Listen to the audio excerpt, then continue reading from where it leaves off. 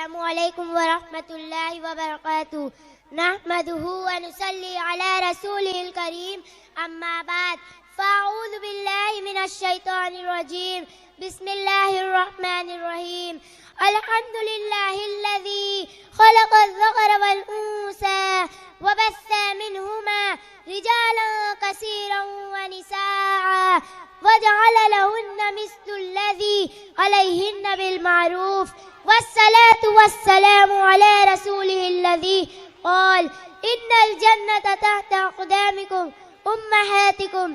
جناب صدر، حاضرین جلسہ، اسلام ہی دنیا کا وہ واحد اور مقدس مذہب ہے جس نے حیات انسانی کے کسی گوشے کو تشنا نہیں چھوڑا بلکہ ہر جگہ مکمل رہنمائی کی ہے.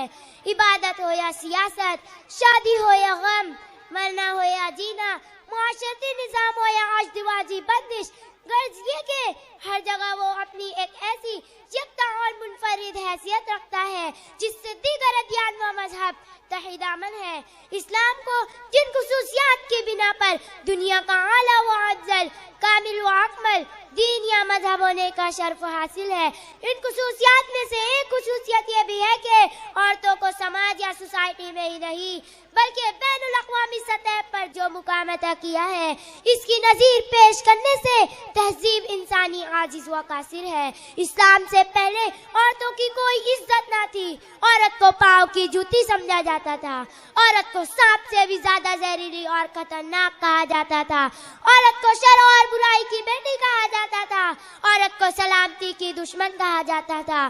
جانوروں کی طرح عورتوں کو خریدا اور بیچا جاتا تھا. معصوم بچیوں کو زندہ درگور کرنا فرق و مباحات میں شامل تھا. عورت کو وراثت سے محروم رکھا جاتا تھا.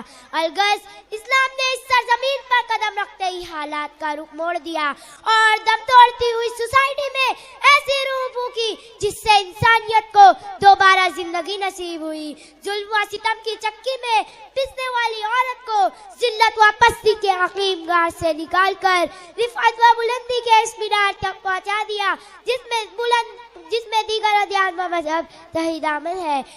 حاضرین جلسہ، اگر آپ دیکھنا چاہتے ہیں کہ عورتوں کو دیگر ادیان و مذہب نے کیا مقام عطا کیا ہے اور اسلامی تہذیب نے اسے بلندی کے کس مقام پر پہنچایا ہے، تو آئیے اگر آپ اس سلسلے میں امہ مسیحیت سے سوال کریں گے تو جواب ملے گا.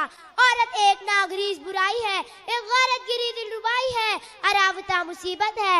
عورت اور مرد کا تعلق بجائے خود ایک نجاست ہے اور قابل اعتراض سے ہے. لیکن اگر آپ ان معصوم و مظلوم خواتین کے سلسلے میں پیغمبر اسلام محسن اعظم فخر دو عالم صلی اللہ علیہ وسلم سے سوال کریں گے تو اگر آپ کی حیثیت شوہر کی ہوگی تو جواب ملے گا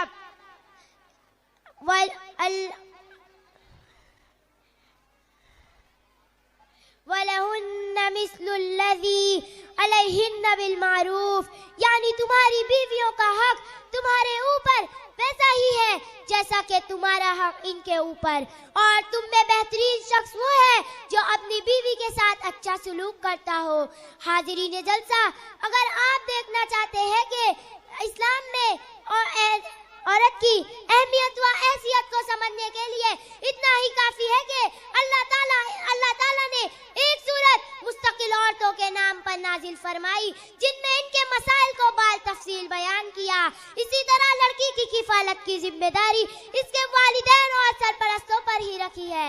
یہی نہیں بلکہ اسے اپنے والدین کی میراث کا حقدار بھی بنایا اور برسر عام اعلان کر دیا کہ وَلِلنِّسَاءِ نَصِيبٌ مِّمَّا تَرَكَ الْوَالِدَاتُ، یعنی والدین کے ترکے میں عورتوں کا بھی حصہ ہے. حاضرین جلسہ، یہ اسلام ہی ہے جس نے آج سے 1400 سال پہلے ستم رسیدہ رسوائے زمانہ گردش دورہ کی ستائی ہوئی، در کی نکرائی ہوئی، اچھوت سمجھی جانے والی آہوں سے چور بے کس مجبور عورتوں پر ہونے والے ظلم و ستم کے خلاف علمی بغاوت بلند کیا، انہیں سینے سے لگایا، ان کے زخموں پر مرہم رکھا، ان کے آنسوؤں کو پوچھا، ان کے دکھ درد کو سمجھا، ان کے حقوق اور معاشرے میں ان کی اہمیت و افادیت سے لوگوں کو آگاہ کیا.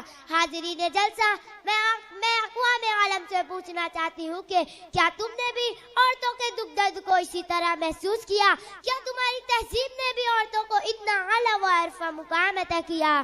نہیں، ہرگز نہیں۔ یہ اسلام ہی کا ظرف اور خصوصیت ہے جس نے اس رسوائے زمانہ مخلوق کو اتنا اٹھایا کہ حمد و ثریا کر دیا، لیکن جہاں اسلام نے ان کو اتنا اعلیٰ و عرفہ مقام عطا کیا، وہاں انہی کے فائدے کے لیے، انہی کی خیر خواہی کے لیے، ان کی عزت و ناموس کی حفاظت کے لیے اور ان پر پردہ جیسا مقدس فریضہ عائد کیا۔ لیکن افسوس، صد افسوس، یورپ کی آزادی نسواں کے پر فریب ناروں نے عورت کی آفت و عصمت کو تار تار کر دیا اور گھر کی ملکہ کو بازاروں کی زینت بنا کر رکھ دیا۔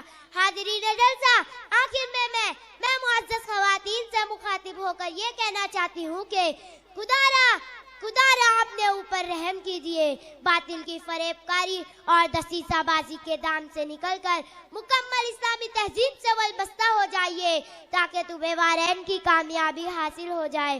وما علینا الا البلاغ۔